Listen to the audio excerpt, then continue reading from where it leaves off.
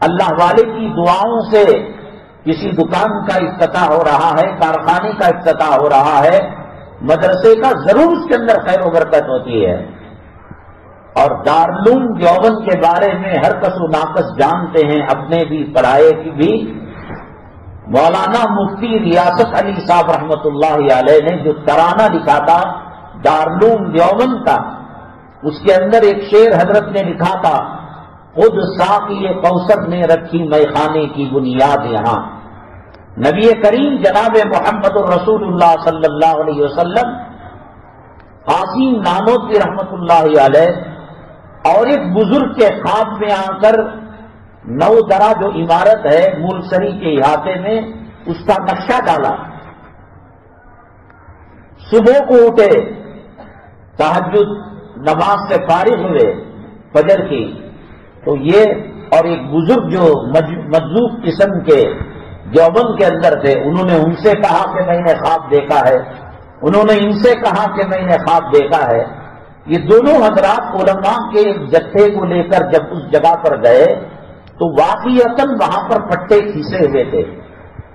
دنیا میں مدارس پر، علماء پر، مجاہدین پر، قرآن و حدیث کی خدمت کرنے والوں پر بڑے بڑے حالات آئے، لیکن دارالعلوم دیوبند کی شان ہی الگ ہے۔ وہاں کا واچمین سے لے کر شیخ الحدیث تک اللہ تبارک تعالی اس کی خاص رہبری کرتے ہیں، مدد نازل فرماتے ہیں۔ دنیا کے بڑی یونیورسٹی میں پڑھ لیں، مکہ مکرمہ کی ام القرآن یونیورسٹی میں پڑھ لیں، مدینہ طیبہ کی جامعہ اسلامیہ مدینہ منورہ میں پڑھ لیں، ریاض کے اندر، سعودی عرب کے اندر، یا دنیا کے کسی خطے میں بھی، اللہ کی عزت و جلالت کی قسم، دارالعلوم دیوبند کے اندر جو لمحات، جو منٹ گزرے ہیں، ان کی جو خیر و برکتیں ہیں وہ اور ہے، اور بڑی بڑی یونیورسٹیوں کی ڈگریاں اور اس کے سند اس کے سامنے ناکام ہو جاتے ہیں۔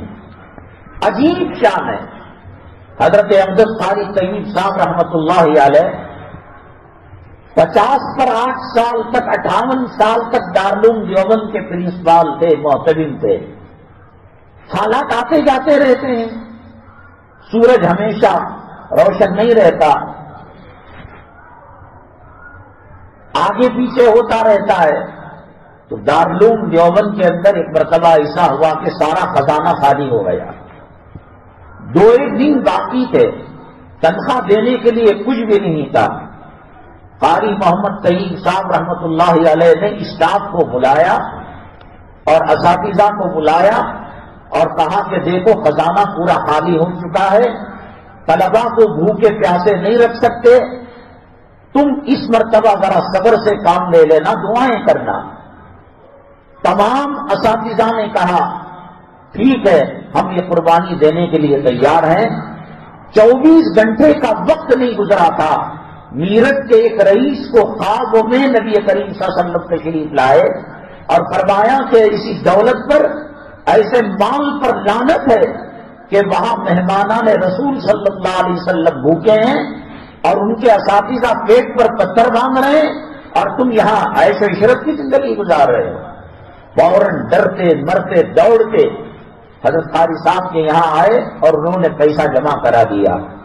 ایک وقت ایسا نہیں ہوا، 150 سالوں کے اندر روٹی ہے سالن نہیں، سالن ہے روٹی نہیں، 100 بچوں میں 90 کو کھانا ملا، 10 کو نہیں ملا، بڑی بڑی شادیاں فیل ہو جاتی ہے، ابھی آدھا مجمع باقی رہتا ہے دعوتیوں کا، کھانا ختم ہو جاتا ہے۔ دارالعلوم دیوبند کی بنا سے لے کر آج تک بڑے بڑے طوفان آئے، ہنگامے آئے، سیلاب آئے، اللہ تبارک تعالیٰ کی خاص نظر کرم ہے دارالعلوم دیوبند پر۔ اور جو اساتذہ سے میں نے بتایا، واچمین سے لے کر اساتذہ تک سب صاحب نسبت بزرگ ہیں، اللہ تبارک تعالیٰ نے منتخب کیا ہے ان کو۔ حضرت مفتی سعید صاحب رحمۃ اللہ علیہ اگر امام ابو حنیفہ رحمۃ اللہ علیہ کے زمانے میں ہوتے، امام ابو حنیفہ رحمۃ اللہ علیہ ان کو اپنا نائب بناتے، اپنا خلیفہ بناتے، حضرت شاہ ولی اللہ محدث دہلوی رحمۃ اللہ علیہ کی کتاب ہے حجت اللہ البالغہ. تقریباً دنیا کے ہر مدرسے میں اس کتاب کو پڑھایا جاتا ہے. حضرت نے اس کی اردو کے اندر تشریح لکھی. بڑی سخت کتاب ہے. ہر استاد کے بس کی بات نہیں کہ وہ اس کتاب کو پڑھا سکے. کئی جلدوں کے اندر رحمت اللہ الواسعہ اللہ حجت اللہ البالغہ اصل کتاب، اس کی جو شرح لکھی رحمت اللہ الواسعہ. حضرت جب بیاہ ہوئے بیگم کو حافظ قرآن بنایا، بچوں کی شادی کی بہوؤں کو حافظ قرآن بنایا. کئی 11-12 بچے سب حافظ قرآن، ان کی بیویاں حافظ قرآن، ان کے گھر والی حافظ قرآن. شروع میں ذرا کم دستی تھی، آمدنی کم تھی، حضرت تنخواہ بہت چھوٹی لیا کرتے تھے. جب اللہ تبارک تعالیٰ نے مقبولیت دی اور شہرت دی، رمضان المبارک میں چھٹی ہوتی ہے دارالعلوم کو، حضرت امریکہ تشریف لے جاتے تھے اور وہاں جو ایشیا کے لوگ ہوتے وہ عشاء کے بعد تراویح کے بعد حضرت سے تفسیر کرایا کرتے تھے. کچھ طے نہیں کرتے تھے پیسہ. تحفے کے طور پر جب پیسہ ملنا شروع ہوا تو حضرت آنے کے بعد سب سے پہلے یہ کام کیا. اکاؤنٹ سیکشن جو ہوتا ہے محاسبی، دفتر محاسبی، حضرت نے کہا میں دارالعلوم میں قدم رکھنے کے بعد سے لے کر اب تک ہم نے کتنی تنخواہ دی ہے وہ بتائیں. حضرت نے ساری تنخواہ دارالعلوم کو لوٹا دی اور تا حیات فی سبیل اللہ خدمت کیا کرتے تھے. علم کے اندر، تفقہ کے اندر، تقوی کے اندر، طہارت کے اندر. مجھے تو یقین ہے اللہ کی ذات سے کہ حضرت کے درس کے اندر جنات اور دوسری مخلوق بھی استفادہ کرتی ہوگی.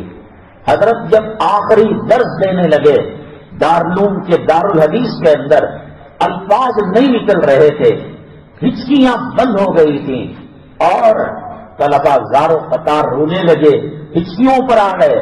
حضرت کو اللہ تبارک تعالیٰ نے بتا دیا کہ مسند حدیث پر یہ آخری آپ کا درس ہے. تمام اسٹاف سے، طلبا سے معافی طلبی کر لی اور علاج کے لیے بمبئی گئے. لاک ڈاؤن کا زمانہ تھا. اس وقت بھی حضرت کہتے کیا آن لائن میں درس نہیں دے سکتا؟ میری زندگی بیکار جا رہی ہے، کیا میں پڑھا نہیں سکتا؟ نہیں حضرت آرام کیجئے. کئی 100 کتابوں کے مصنف تھے. عورتوں کو حافظ قرآن بنانا معمولی بات نہیں.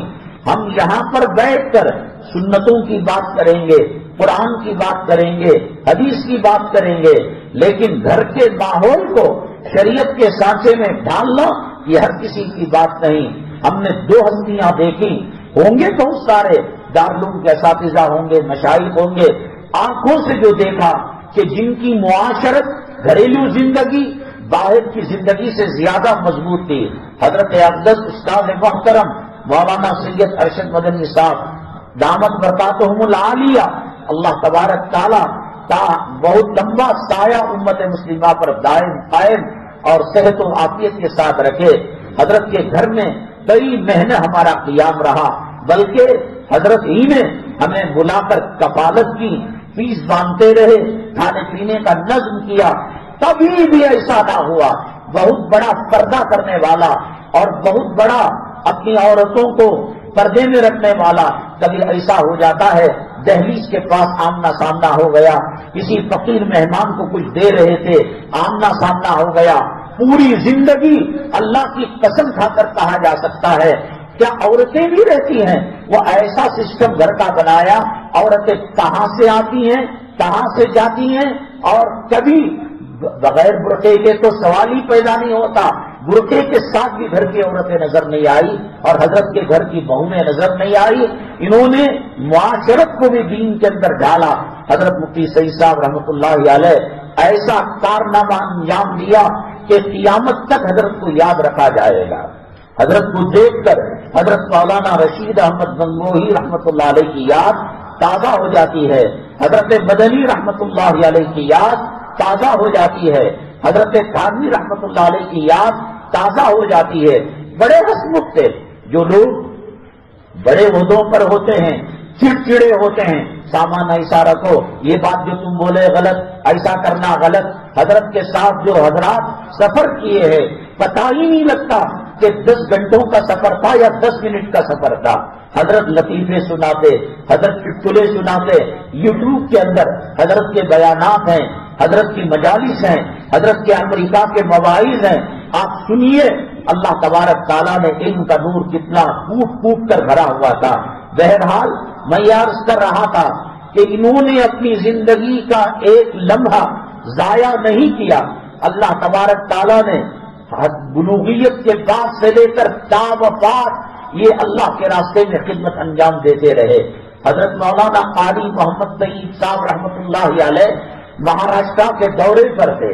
حضرت کے چہنے والے ایک مرید اور حضرت کے شاگرد حضرت کو گھر کے اندر مہمان بنا کر رکھا اور حضرت کی خدمت کیا کرتے تھے. فرماتے ہیں کہ ایک مرتبہ حضرت کو ایسی دوائیں دی گئی کہ اس کے اندر نیند کا غلبہ تھا. حضرت منع کرتے, کہتے کہ مجھے پڑھنے دو. حضرت مولانا شفیع صاحب رحمۃ اللہ علیہ جو ابھی حال کے اندر رفیع عثمانی ان کے والد اور تقی عثمانی, یہ رفیع عثمانی تقی عثمانی یہ 2 بھائی ہیں. یہ دیوبند میں ان کی پیدائش ہوئی اور ان کے والد حضرت مولانا محمد شفیع صاحب رحمۃ اللہ علیہ. آج بھی تھانہ بھون کے اندر جائیے, حضرت آج کیا ہے پیری مریدی, آپ نے میری مرید بن گئے, میں شیخ بن گیا, 2-1 مجلسوں میں حاضری ڈالی. حضرت نے کہا ایسا نہیں ہوگا, ہمارے یہاں خانقاہوں میں رکنا پڑے گا, چلا کشی کرنی پڑے گی, وقت گزارنا پڑے گا, تمہارے دلوں کو, تمہارے راتوں کو, تمہارے معاملات کو, تمہاری معاشرت کو اور تمہارے تہذیب کو دیکھا پرکھا جائے گا. آج بھی وہ جو کچھ کمرے حضرت کی یاد میں باقی ہیں اس میں حضرت مولانا مفتی محمد شفیع صاحب رحمۃ اللہ علیہ کا کمرہ حجرہ بھی ہے جس کے اندر حضرت آرام فرمایا کرتے تھے اور حضرت کی تربیت ہوئی. حضرت مولانا تقی عثمانی صاحب دامت برکاتہ العالیہ فرماتے ہیں ہمارے ابا حضور ٹوائلٹ کو جاتے تو اتنا وقت بیکار سمجھ کر وہاں صاف کیا کرتے تھے, ٹوائلٹ کو مجلہ مصفح کر دیا کرتے تھے.